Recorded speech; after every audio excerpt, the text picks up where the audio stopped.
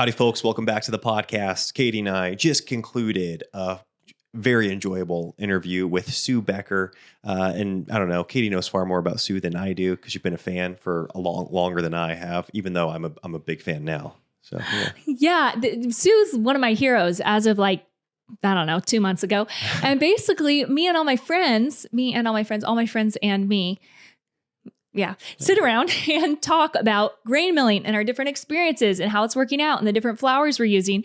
And I feel like Sue's information on the subject has just spread like wildflower. I had a lot of questions. Wildflower. Is that what I just said? That's great. I was like, you are so clever. So clever. I don't even notice. Anyways, but I feel like it's just going from, there's nothing faster than a game of telephone played by moms.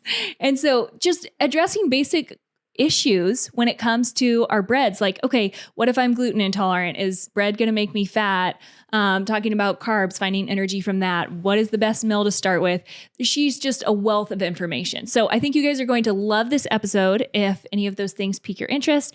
And she has a lot more resources for you guys as well. So hopefully this is just a jumping off point if you aren't familiar with Sue and you're able to go with me down the rabbit hole of making bread for our families. Yeah, also touching on like sourdough versus yeast bread and all that stuff. Yeah, just so much. I mean, she is a wealth of knowledge. If you do enjoy our podcast, we would love it if you're able to leave a rating or a review on iTunes or Spotify or wherever you listen to podcasts at. And if you watch our podcast on YouTube, it also helps if you hit the subscribe button or like the video, leave a comment. I know that takes time, but we are always so grateful when you do that. It just means a lot to us. And we also want to let you know, we mentioned this last week, but we're going to keep mentioning it because there are limited spots available for our back to school deal at Voberg Music Academy. You get 20% off your first month if you are one of the first 200 people to use that coupon, which is below the back to school 2025.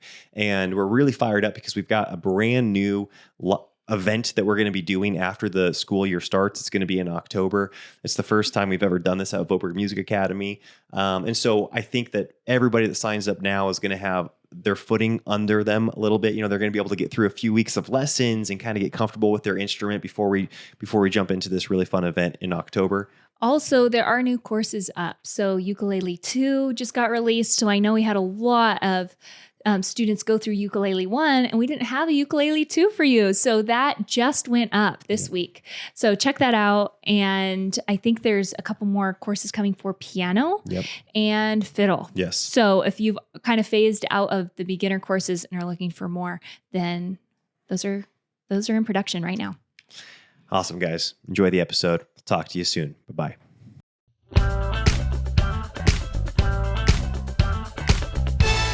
The Now That We're a Family podcast. Well, Sue Becker, I tell you what, it's a privilege and an honor to be speaking with you today. Thank you for taking time to be with us. Katie and I have been looking forward to this conversation for some time. And I was wondering if before we get into some questions that we have for you, could you give us a quick, I say quick, make it as long as short or as long as you'd like to, a quick, maybe kind of brief origin story. How did you get to be the bread queen or whatever title you would like to claim? How did you get to how did it come to this? Oh man. Okay. It's a little bit of a story. So I graduated many years ago from the University of Georgia with a degree in food science. God kind of led me there. And I went to Georgia as a pre-med student because I love studying the human body. I loved everything about biochemistry and figuring out how things work. And my basic philosophy in life as far as health and wellness goes was, if something's not working in my body, I'm not giving it the nutrient it needs. So that was kind of my jumping off place. Well, then when like I said, I went as a pre-med student, got a little disillusioned and went, I don't want to be in college that long. I don't want that grueling a career. So I changed. I was 1 quarter in pharmacy school and went, I don't want to do that either. And that's how I got led to food science. Now, food science is not a nutrition degree. It's the study, which is kind of ironic, the study of food processing, everything that has to be done so that the food in some cases can safely sit on the shelf. I studied a lot about, food poisoning, and I took fermentation classes. I focused most of my major and my studies on microbiology. So I graduated as in food science with a microbiology degree. So I worked after graduation, I worked for Kraft Foods as a bacteriologist for almost 5 years until I had my first child. I knew from very young that I ultimately wanted to be a wife and a mother. And I'm not saying you can't work. Obviously, I have a business and a career, but I knew I wanted to, that was my goal. I wanted to be a stay-at-home mom. So when I had my first child, I came home from work. But even after graduation, I continued to study healthy eating, healthy living, the way the body worked, nutrients. And most of my studies at that kind of were more supplementation. You know, what vitamin do I need to take, you know, to make my body work right? But that was kind of my jumping off place. So when I had my first child, I became a stay-at-home mom. I grew up Southern, I grew up cooking, and we ate real food because I knew that was healthier. And we had a garden and, you know, we grew our own corn and tomatoes and peas and beans. So I was feeding my family healthy food with the exception of our bread. Now, I had read and studied all those years that whole wheat flour was better. So I was buying the whole wheat flour from the store. If you've never bought it, I tell everyone, don't waste your money. It's terrible. It's nasty. And we'll maybe get to that in a minute of why it's nasty. But so I was buying that and trying to make bread for my family from that. And I kind of gave up because it wasn't really good. I had to mix it with white flour. So I just kind of bought the healthiest whole wheat bread from the store that I could find. And so that's the way we lived. But in 1991, I was introduced to a healthy eating concept that obviously radically changed my whole life, not just the health of our family, but our whole calling and trajectory of, you know, what God has called us to do. So it was through a publication that I subscribed to. The journal was entitled How to Greatly Reduce the Risk of Common Diseases. In the journal, the history and the processing of white flour was presented. I laugh and tell everybody, I must have missed the bread class in food science because it just didn't click until that day. And when I saw all the things that is done to our flour, the separating of the bran and germ to produce long-lasting white flour, and then the bleaching and all those things, which we may touch on that in a minute. So it made absolute perfect sense to me. And then there was a brief discussion on the common diseases that plague Americans and how it was directly related to our consumption of this white flour, processed bread products.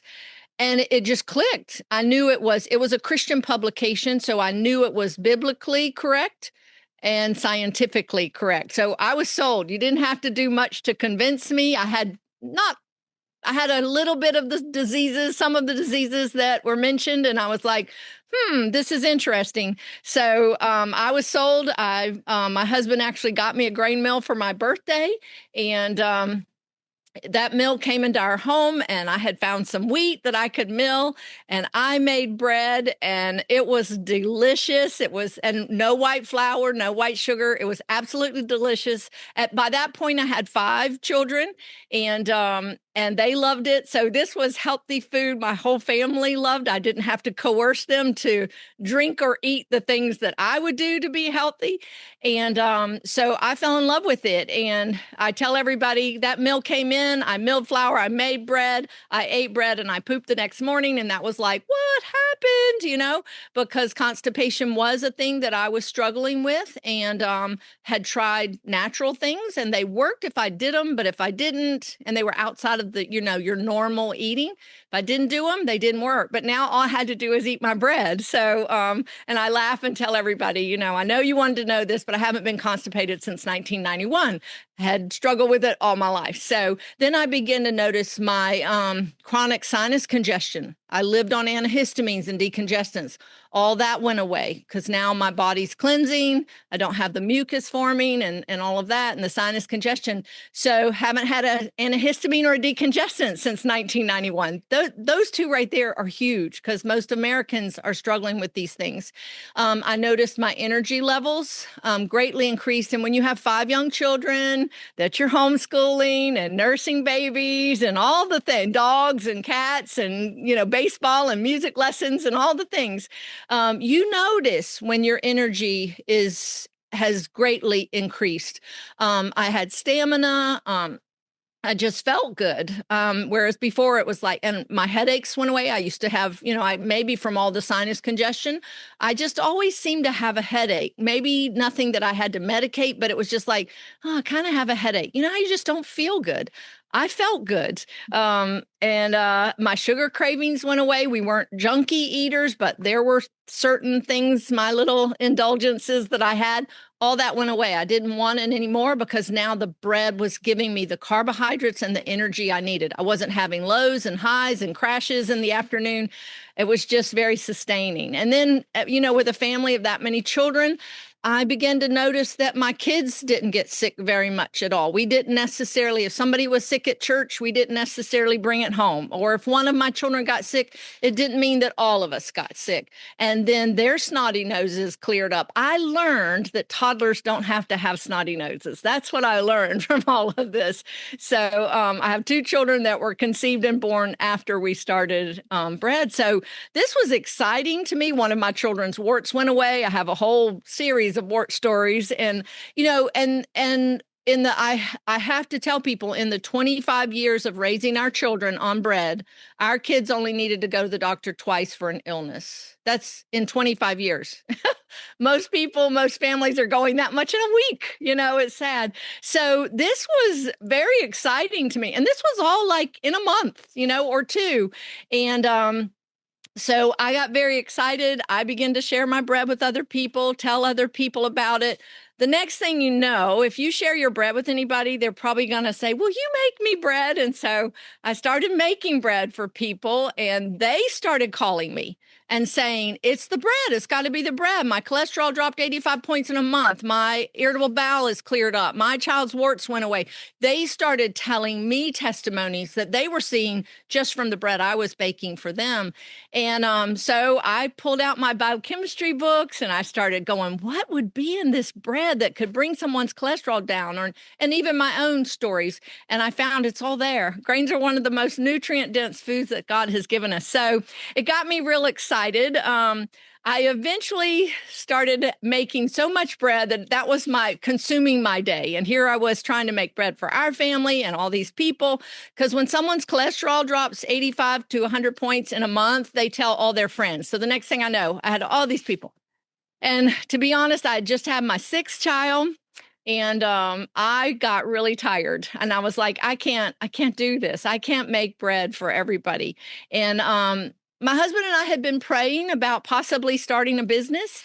And one day, making bread for everybody, it just hit me. And I believe with everything in me that God put these words in my heart and in my mind. My husband drove in the driveway from work. I met him in the driveway, and I said, I do not think I am supposed to make bread for the world. I think I'm supposed to teach the world to make bread for themselves. So our company, the Bread Beckers, our last name is Becker, of course, and was born that day on the driveway in 1992. And the rest is kind of history.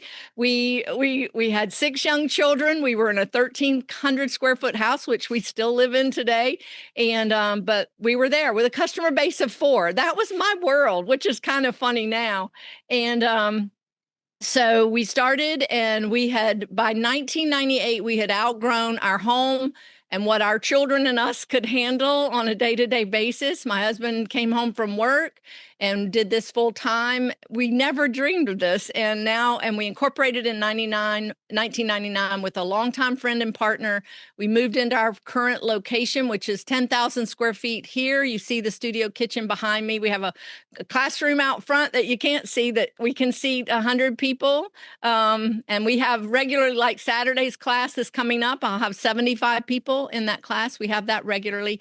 And then a few years back, we acquired another warehouse where we bring in truckloads of grain and package it down in our 6-gallon food grade buckets so that it's storable.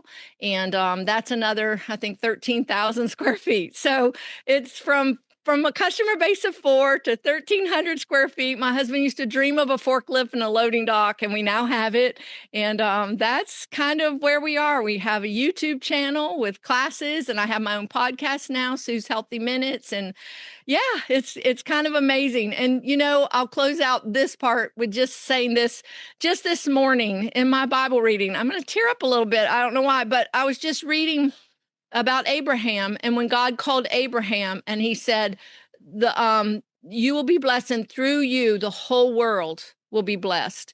And, I started a ministry in 2016, and I've gone to Haiti. We built a bakery there. We built a bakery in Tanzania. We've helped establish a bakery in Israel. We've sent grain mills and education to Japan and the Philippines and the Bahamas. And I just laid there and I teared up and I was like, God, my world 33 years ago in 1992 was 4. And today, I don't know. I just had a wonderful prayer meeting with an international group that I pray with on Monday. And a lady in Sweden just said, "You're my hero, Sue. I've been listening to your podcast and I'm now making bread after 20 years of thinking I couldn't eat bread." And so anyway, that's who I am. And that's, it's totally God's hand in the whole journey and calling. And like I said, when I said those words to Brad 33 years ago, I never dreamed that I literally would be teaching the world, not just my world of 4, how to make bread. So here we are. Well, I think it's pretty incredible that you survived the whole gluten intolerance agenda. You've been going so steady this whole time. And in the middle of that, we've had this huge swell of gluten-free everything, right? Yeah. So can you speak a little bit to that? Because I feel like we're still in the thick of it. I feel like people are starting to be like, okay, maybe what I've been told about gluten isn't true, but can you speak a little bit to gluten? And something that you spoke about on another podcast that I really like was just the concept of Jesus being the bread of life and his comparison to that when we throw out, bread and carbs and kind of view it as kind of a dirty food. Yeah. Yes. Well, we struggled through the gluten-free, the very thick of it. And it's really, really sad. It's just very deceptive and misleading information. And we struggled through it. But I think it's important that people know what gluten is. They don't understand that. And I'm going to go back for a second to Genesis chapter 1, verse 29. God says, I've given you 2 kinds of food. I've given you plants that bear fruit with the seed in it. That's all of our fruits and vegetables, delicious food, very nutritious, right? And I've given you plants that bear seed for your food. And those plants that bear seed, that's your grains, your beans, your nuts, your seeds, And so God gave us those. Something's amiss when we tried to eliminate a whole food group. And that was one of the things that opened my eyes in that first information was grains and beans are the most nutrient dense food group that God has given us. There's really only 4 nutrients missing or slightly deficient in wheat that are absolutely essential for health and to promote life in your body. And that's vitamin A, vitamin C, and vitamin A is actually in some grains and wheat, but a little bit low. It's not a great source. So vitamin A, vitamin C, where do we get those? All those fruits and vegetables God gave us, And then vitamin D, he gave us the sunshine to get out there and get those nutrients. And then B12 is not in any plant food, but that's how nutritious grains are. And so when this whole gluten-free thing came around, I was like, there's something wrong with this, but I couldn't quite put my finger on it. And then the more I studied, the more I learned. There are 2 unique proteins that are found in the wheat family of grains. No other family of grains have these 2 unique proteins. And those 2 unique proteins, when you hydrate the flour from the wheat, that those 2 proteins form a stretchy substance called gluten. So gluten is not technically in grains. It is something that's formed in grains, and it's the proteins. So it's those 2 proteins, gliadin and glutenine, and that's all it is. And when people understand that, it makes a little more sense. But here's the issue. So in the late 1800s, early 1900s, they knew that whole grain flour spoiled because the kernel of grain the bran is the outer surface, the interior part is the germ. And the bran is where vitamins, minerals, fiber, proteins, enzymes, all kinds of great nutrients. The germ is the interior part. That's where your oils, your fats, your oils, your vitamin E, your fatty acids, vitamins, minerals, proteins as well. The rest of the seed is known as the endosperm, and that's the protein part. Okay, so that's where those 2 unique proteins would be located in that endosperm, white flour, if you will. They knew that flour spoiled because the oils, once you expose the the oils to the air, oxidation takes place. So somebody came up with this brilliant idea. Let's take the germ away. Let's take the bran away and just leave the white flour, the starch and protein. Flour won't spoil.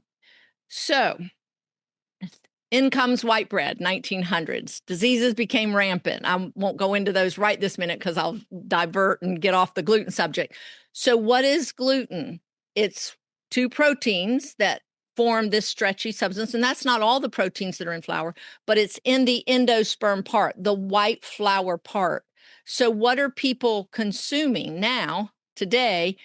They're consuming protein and starch without the vitamins, the minerals, the fiber, all the things that God put in that kernel of grain for us to nourish our bodies. He never intended us to eat it without the bran and the germ. A scripture that just came to mind when Jesus said to Peter, Simon, Simon, Satan has asked to sift you as wheat, but I have prayed for you, Simon, that your faith will not fail you. I find it interesting. Sifting is not threshing. It's taking that flour, running it through a screen. So you take out the bran and germ and you leave just the white flour. And my husband puts it very, very, I don't know what the word I'm looking for, gives you a great picture of it. He goes, so what Satan wanted to do is sift Peter to just leave him as a worthless lump of white flour, a worthless lump of white bread, instead of take out all the nutritious part and just leave you with nothingness. And that's what white bread is. It's proteins that our body needs, but we can't utilize them and cleanse our system without the vitamins, minerals, and particularly the fiber. So the problem today is, number one, did you know that's what gluten was? It's not some evil demon that some scientist put in there. No, God put them in there. They've been in there since the beginning of time. And that is why wheat is the king of bread making and has been since the beginning of time, because it's important that those two proteins form this stretchy substance called gluten when you make yeast or sourdough leavened bread. Those organisms, when they feed on the dough, they produce carbon dioxide gas, and it's those stretchy strands of protein that trap the gas, and that's what enables the bread to rise. So you see, without them, you would be eating flatbread all the time, unleavened bread all the time. And so that's all it is, and that's what it does. But like I said, the problem is people aren't differentiating between wheat and the bread in the store, or gluten and the bread in the store. They're calling that gluten, or they're calling that stuff in the store, wheat, and it may be made from wheat. The best analogy I can give is I showed somebody one time, I said, here's this piece of paper. It was made, what is paper made from? It's made from wood that's made from a tree, that comes from a tree, right? But you would never look at this piece of paper and go, oh, that's a tree. Yeah, that bread in the store is not wheat. It was made from wheat, but it's very denatured. And then, of course, when they took the bran and germ out and left just the endosperm, it makes fluffy bread because it's just that gluten proteins are there without the add-in or the bran and the germ kind of, bringing things down. It makes fluffy bread, and people loved it, and it took over the market.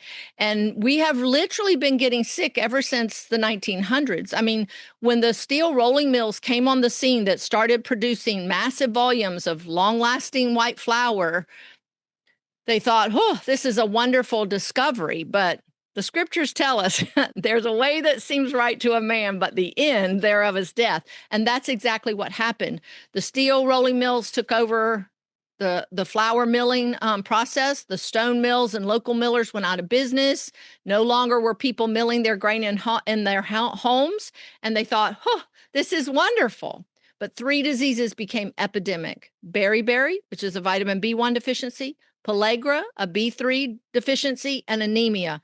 And eventually health officials traced it to those missing B vitamins that were no longer in our bread and in our flour. So they urged millers to put the bran and germ back in. The millers like, nope, that's not going to happen. We're selling that to the cattle feed industry, and we're not going to give up that money-making endeavor. So health officials said eventually, but it took until 1948 eventually they said, okay, you got to fix the flour. And that's when enriching came to be. And so they started enriching the flour. And this was where my eyes were really opened as a food scientist. When I read the word enriched on a bag of flour or bread or something, I thought, we are doing everyone a favor, by making this better than it would have been had we not messed with it. And that is not the case at all. I learned in that publication that enrichment to the bread industry is replacing a mere fraction of the nutrients that are lost when they take the bran and germ away, because that's where the vitamins, minerals are. And of course, no vitamin E is ever put back, no fiber is ever put back. So it has caused great digestive issues. I mean, pellagra alone is digestive issues, dementia, mental insanity, dermatitis, and supposedly the enrichment fixed that. But how many skin issues do we have? How many digestive issues do we have? Dementia, and beriberi is a nervous disorder, all these nervous disorder diseases.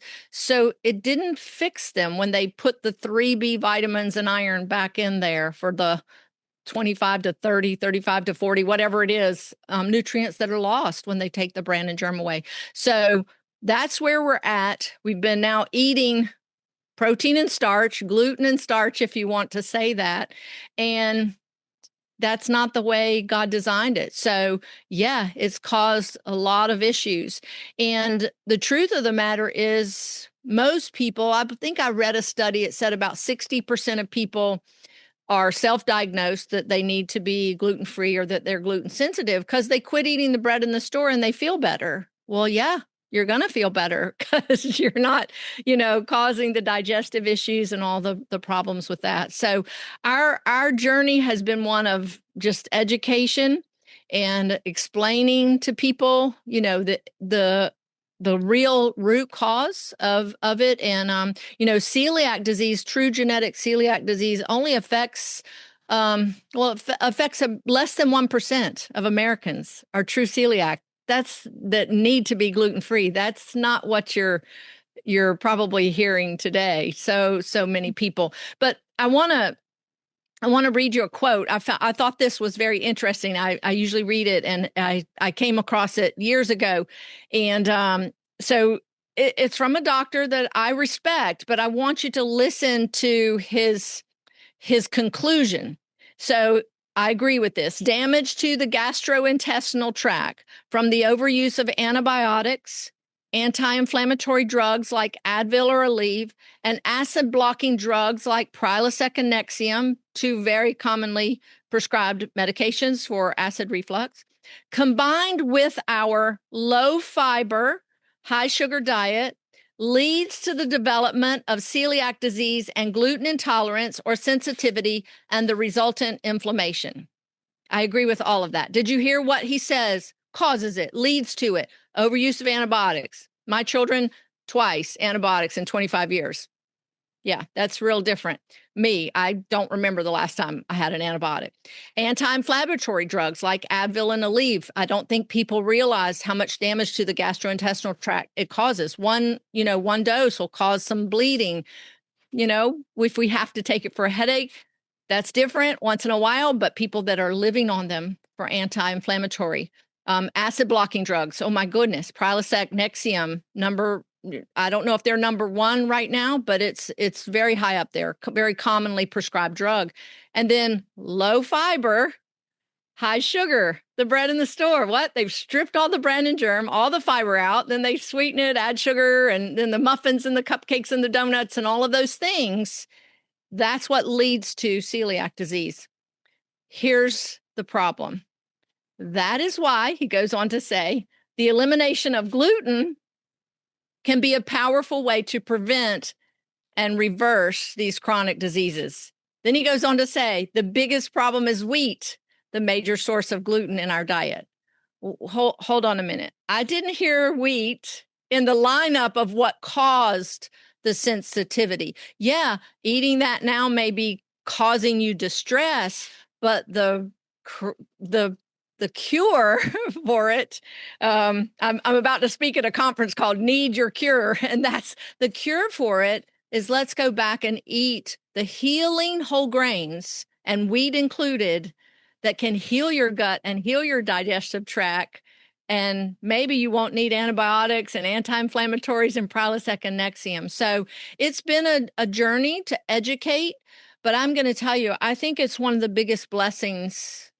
I don't know. It's just been a huge blessing to see people that with tears in their eyes say, "Can I hug you?" You know, I've been gluten-free for all these years. And here's another issue with the very restrictive diets. What I have found, especially when you restrict a whole food group like whole grains and even wheat, the next thing you know, you're allergic to this. The next thing you know, you're allergic to this. The next thing you know, you're allergic to this, or you have reactions, adverse reactions. And I have met 2 or 3 people in the last year with tears in their eyes saying, I was down to 7 foods was all I could eat. Mhm. Yeah, I was down to 8 foods was all I could eat, and hug me. And here's their words, and I love it. I've captured this this saying. They said, I am so blessed to find food freedom for the first time in years. And they're finding that it's not the gluten, it is the processed flour, and that real whole grain wheat, eaten the way God created it, with all the fiber, all the vitamins, all the minerals, all the nutrients, they're just fine. Now, a true celiac, of course, can't, but like I said, that is less than 1% of Americans have true celiac. So it's been a real blessing. So when people learn what gluten really is, and that, hey, if you eat it in the with all the nutrients that God intended, and you have the fiber to help your digestion, move your bowels, and get things out the way God had created them, that they don't have a problem at all. So, yeah, and it's been one of the biggest blessings of my 33 years to see people. I mean, 2 or 3 customers today hugged my neck here in the store and was like, I just, I've been gluten-free all these years. I have this international prayer group that I pray with, and lady from Sweden, I'm going to get her on my podcast, because she was like, I've been 20 years gluten-free and I'm Swedish and we love bread. And she went on and on. My grandchildren, poop now, and my husband has energy. My son has energy. And I and my sisters, we thought we had to be gluten-free, and now we can eat this bread. And she goes, I dream about bread. I make bread all the time, and I have energy, and it just goes on and on and on. The list of, when people find health and what they're finding. One of the girls gave me this testimony. She couldn't eat dairy. She couldn't do gluten. So she had been gluten-free for 15 years, I think. She goes, the next thing I know, I can't do dairy, and I can't do my own farm fresh eggs. And she tried the bread. She had no adverse reaction. She goes, now I can drink my milk, and now I can eat my eggs. So it's finding that it's reversing, these symptoms, I guess, or if you want to call it that. So I'm finding that people aren't just tolerating the bread or the gluten that's in the bread, if you want to call it that. They are finding health and restoration and reversal of a domino effect of just poor health. And the lady that hugged me today, she goes, I'm sick of being sick. I've been so tired and blah, blah.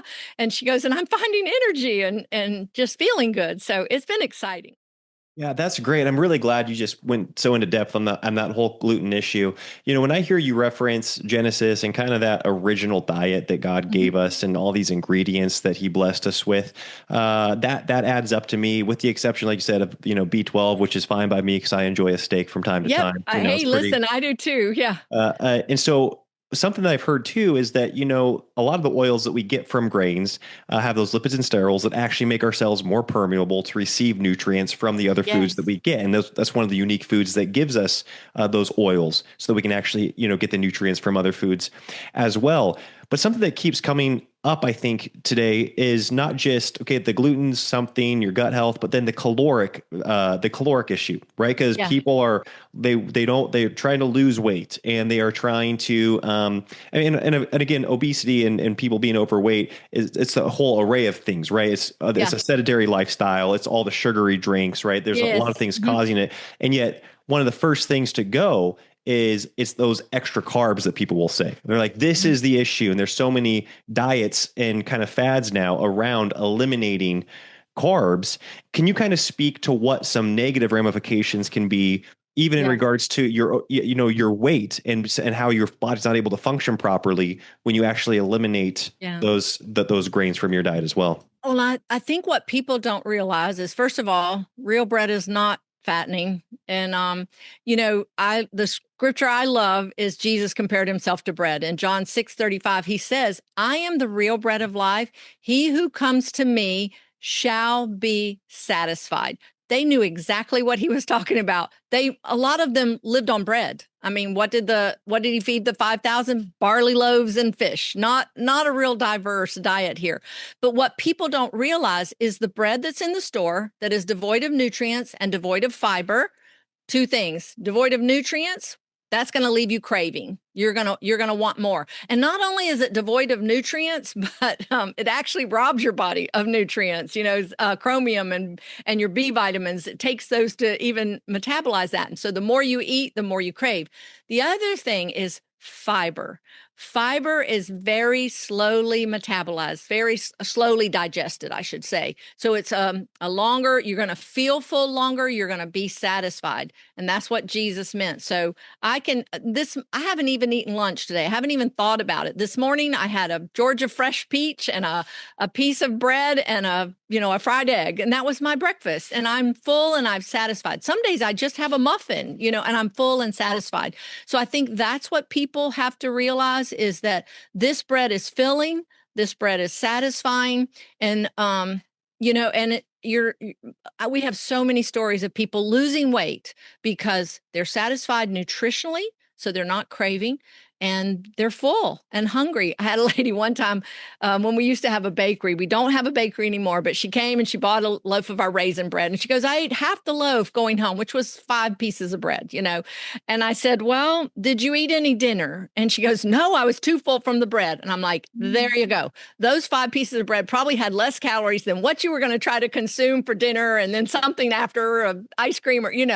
And so anyway, that's just one small example. But another example is in the scripture, in Proverbs 23, verse 1, God gave a warning in there. And I think it's interesting for people to know that people have been sifting their flour, sifting the bran and germ away, probably since the beginning of time. They learned how to make, coarse reed sifters that could take some of the bran and germ out so that the bread would be fluffier and whiter.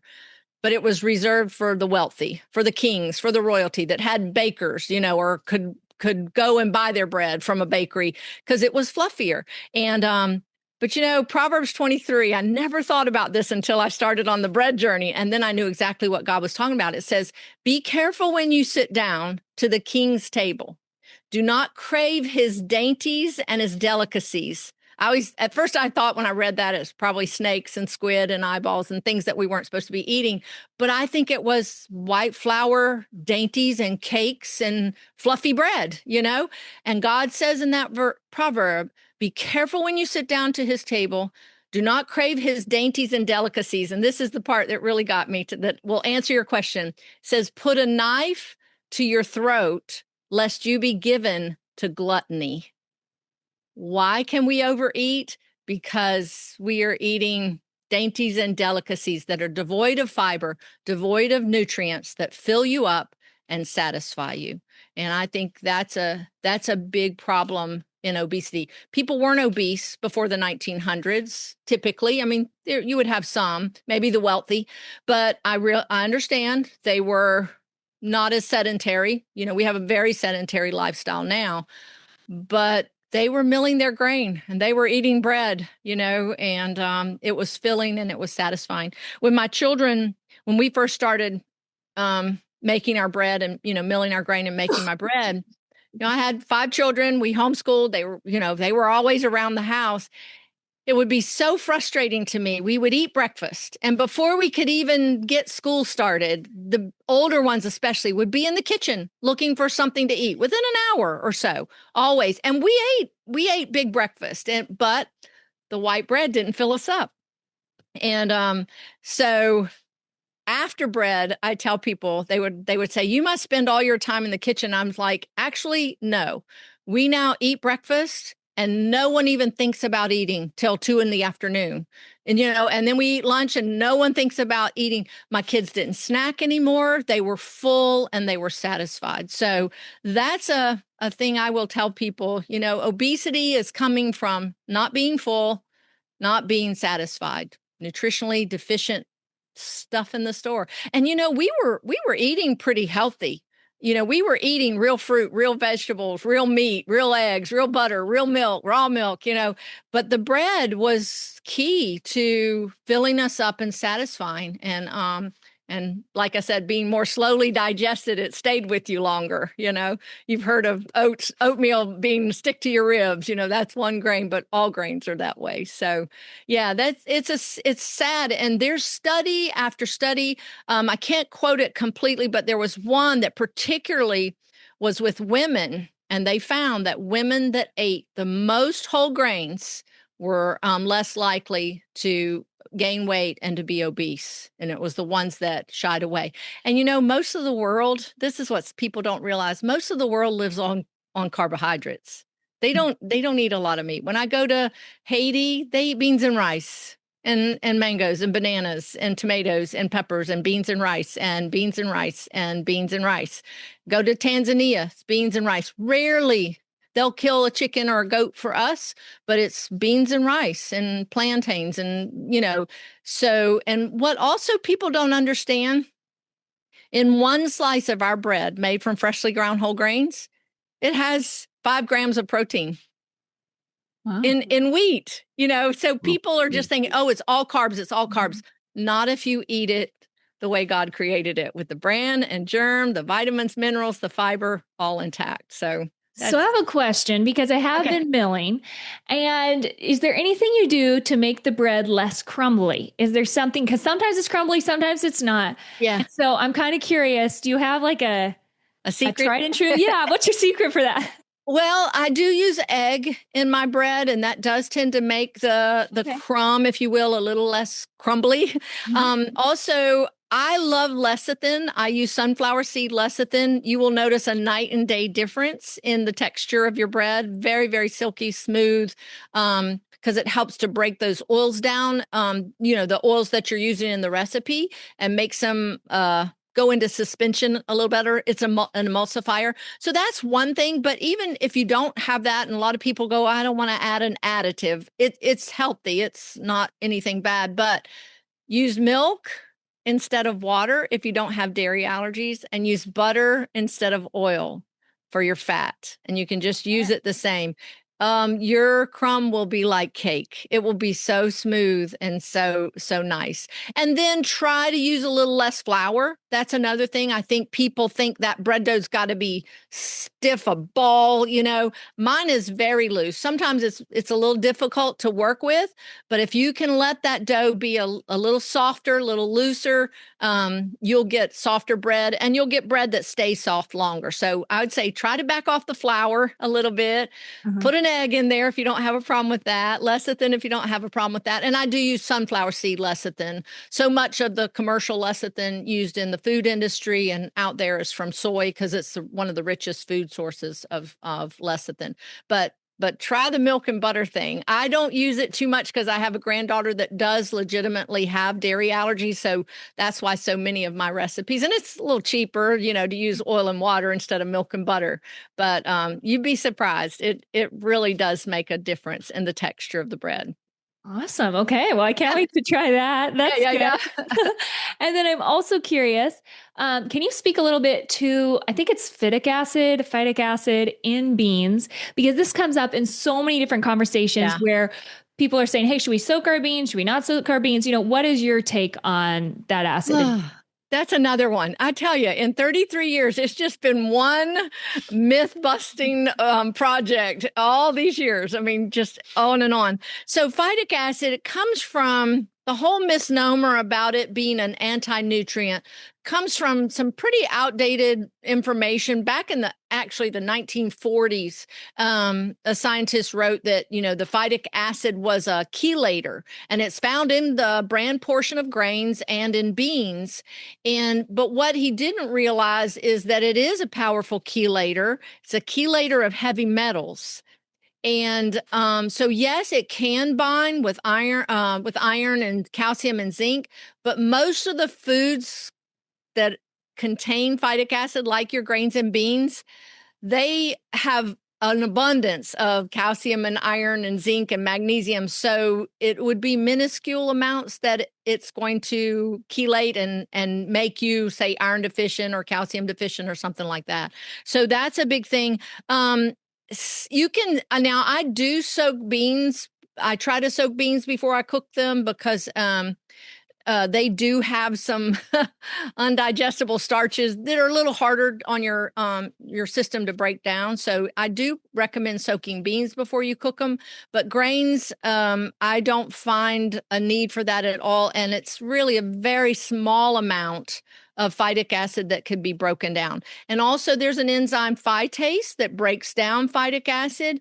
In a healthy digestive system, you're going to produce it. You're going to produce that enzyme already. And it's interesting, when the whole phytic acid thing came out, I think it was back in the early 2000s, that one, oh man, that took the world by storm too. It's just one thing after another. I did a lot of research and I came across a book written by a biochemist. And the title of the book was, it's old, I don't even know if it's in print anymore, but it was called The Diet for the Atomic Age. Her whole book was on phytic acid, why we needed it, the more toxic and radioactive and, all of it in our environment, the more toxic our world becomes, the more beans and grains we need to eat, the more phytic acid we need to have in our diets to chelate these heavy metals and these toxins, environmental toxins from our body. So I tell people, you don't have to do it. You don't have to worry about it. It's not an anti-nutrient. It is actually a very powerful antioxidant. So it's actually a good nutrient. God does not make mistakes. He does not make mistakes. And that's what I tell people. And, people come back and but, they used to make sourdough, and the way people make sourdough now with these long rises, I don't think that's not the way they were traditionally made. So I don't think that even the sourdough is going to break down that much phytic acid. And like I said, I don't think it's necessary. So it's a vital nutrient that God put in grains and beans, our seeds, again, to detoxify. So yeah. That's actually interesting when you bring up the long rises of sourdough, because it's like when we do our long rises, they're in the fridge. Which wouldn't be very effective like back in the day. We didn't have refrigeration. Right. Well, so that's an interesting concept. I learned to make sourdough the first year Brad and I were married 50 years ago. So, and it is not at all the way they're making it now. And I believe it's the way it was more traditionally made. I have a cookbook from 1901 that was Brad's great grandfather's. And the way they made it was the way that I learned to make it, where you keep a little bit of starter. And the night before or morning of or whatever that you want to make bread, you take that little bit of starter out, you feed it a lot of flour and a lot of water. So you have this huge bowl of starter. Then you take that, when you're ready to make your bread, you have to let that sit overnight. You take half a cup of starter out, put it back in the refrigerator, and then you take that huge bowl of starter and you add flour and oil and whatever, whatever you're going to make. And you make 5 loaves of bread and it rises in an hour or two and you bake it and you're done. Now, they probably didn't have refrigerators to put their starter in, but you got to remember, they're making bread every day. So going in the refrigerators for someone that, if you make 5 loaves at a time, for our family, we didn't need that. We ate it over the course of a week. So that's the way it used to be made. And it's just interesting to me now. It is interesting. It is interesting. Can you speak a little bit to bread and the effects on blood sugar? Because that's something that today, I don't know, I'm really interested in. It kind of goes along with the weight thing. It goes along with, being cranky or having this crash. And so people are really encouraging, hey, add more protein to your diet, sustain that, your glucose levels. What would you say? Well, there was a Dr. Anderson from the University of Kentucky that did extensive research on blood sugar. And what he did was he took patients, and a lot of times he hospitalized them to do his studies. He took them off the high protein diets, high protein, low carb, and put them on high carb, low protein. However, the carbs were real whole grain bread, real whole grains, real fruits, real vegetables. And in one of the studies, I think it was 16 out of the 18 patients, they were all insulin dependent, came out of the hospital off of insulin. What he found was the key was the fiber that's in your whole grains and beans and your fresh fruits and vegetables. Those are broken down more slowly.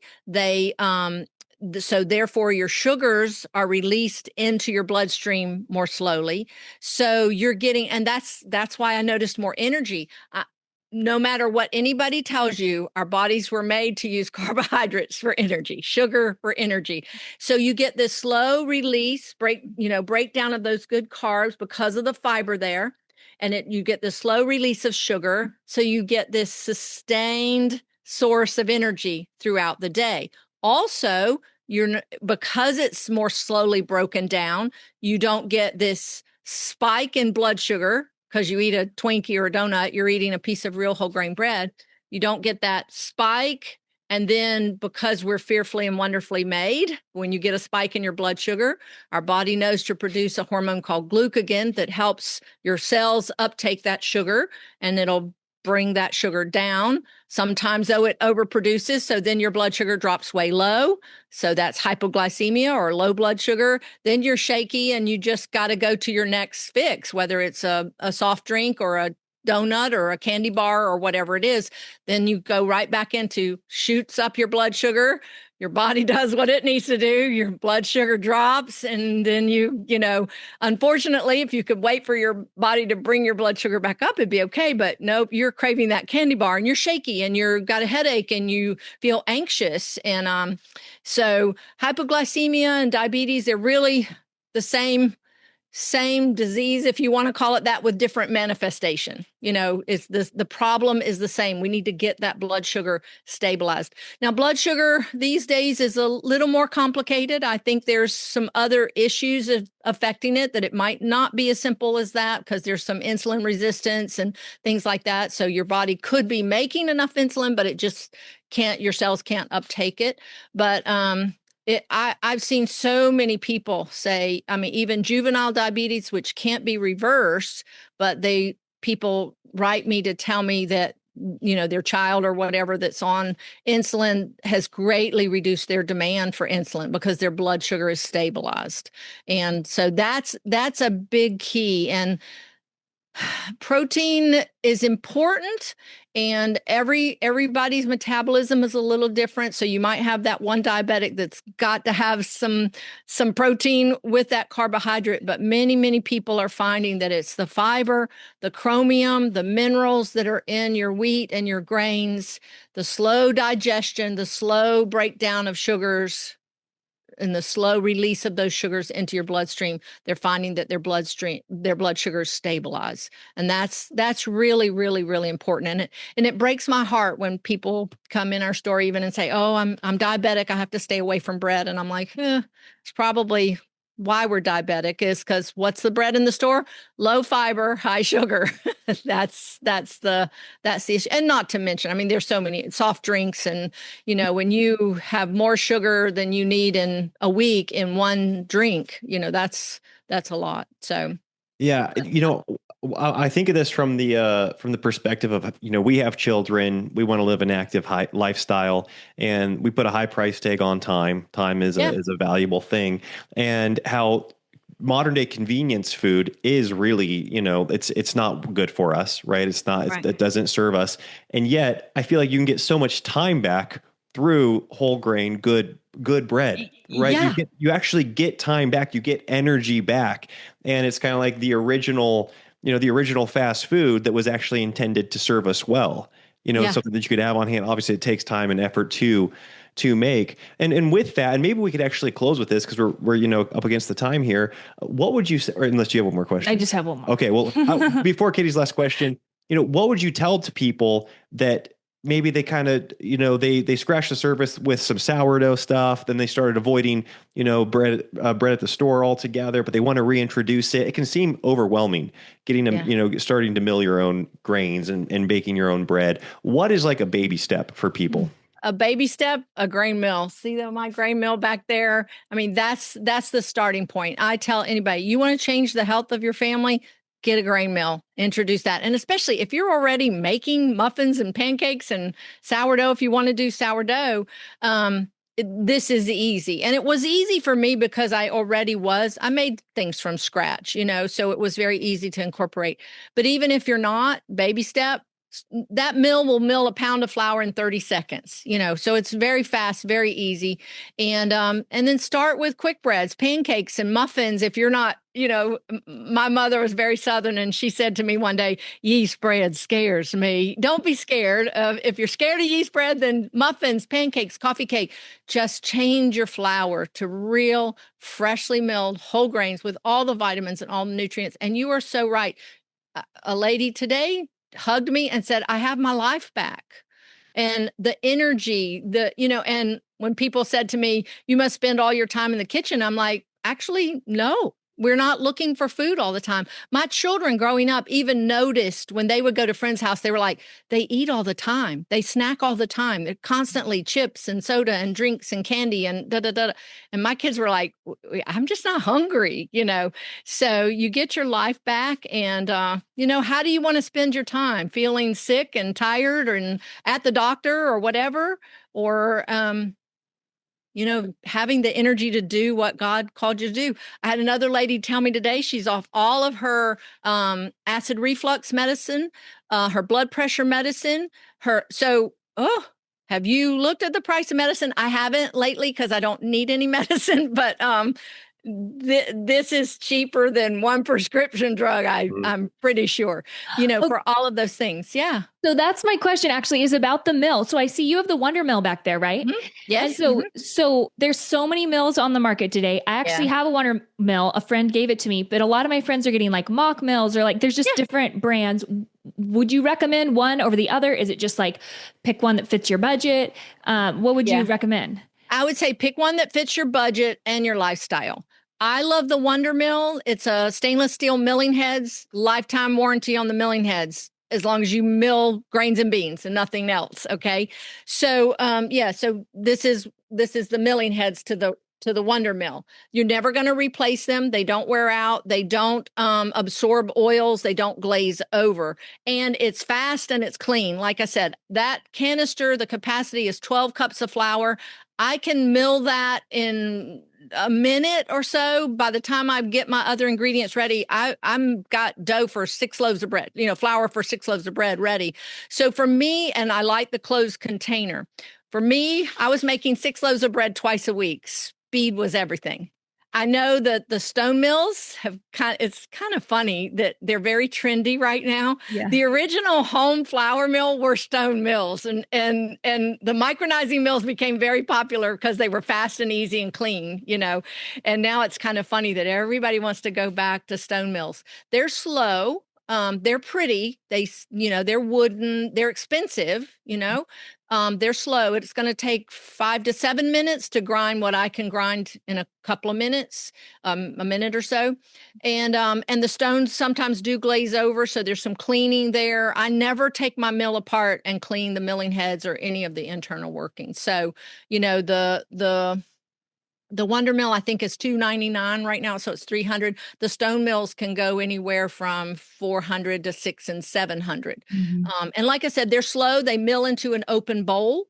But if it's one or two of you and you really like the look, go for it. But I don't think my Wonder Mill is ugly. I think it does the job. It does the job. So that's what I would say. It's very trendy right now. But I don't think there's any health benefit to stone versus the stainless steel milling heads. They're fast. They don't create any more heat than any other friction, And now one thing I did read is I contacted the company about the composite material that they use to make the stone milling heads. They do recommend replacing your milling heads every 5 to 6, maybe 10 years if you don't use it very much. But I'm hoping people that hear me, they're going to use their mill every day. So that's something to think about. Like I said, I've been using my Wonder Mill for 25 years. I started with a different mill. I've never opened it up, never replaced my milling heads ever. And so that is, that's something to think about. So budget, room on your counter. If you have a tiny kitchen, then maybe you do want a little smaller thing. But just remember, you're going to have to babysit those stone mills a little bit, that you put a bowl underneath to catch your flour, and you're going to have to turn it, because it'll start filling up on one side. So I just love the ease, the clean, I just love the ease of the Wonder Mill. So that would be, just some research, and don't be caught up in the trendy that it's got to be a stone mill, to be healthy. Doesn't. So That's good. Hey, well, thank you so much, my Sue Becker, goodness, for your thank time. you. This has been so, insightful, and I don't know, we're really grateful for all the work that you do and that you continue to do. It's blessing many homes and just, as you said, across the world. So thank you so much, and keep up the good work. Can you say one more time, where's the best place for people to find you? You referenced your YouTube channel, a podcast. Are all those places, any other places people can find you at? So our website, of course, is breadbeckers.com. Bread, BREAD, Beckers, like our last name, BECKERS.com. We have a brick and mortar building. So if you're ever in Georgia, in north of Atlanta, Woodstock, Georgia, come visit our store. There's people walk in and they're like, what is this? They love it here. We have Facebook and Instagram, Bread Beckers, of course, and then our YouTube channel. Lots of classes on our YouTube channel. And then my podcast that I started in 2022, it's called Sue's Healthy Minutes. It's on any podcast platform, or you can go to our website and click on and listen to it too. And then, of course, my book is a wealth of information, the Essential Homegrown Flour Book, and I encourage you to get it. Lots of nutritional information and just how-tos, how to make bread, and lots of recipes. And just keep it simple. Just keep it simple. Do what works for your family and your time and your budget and your needs. Yeah. Thank you so much. Thank you so much. God bless. Thank you for having me. It's been a pleasure.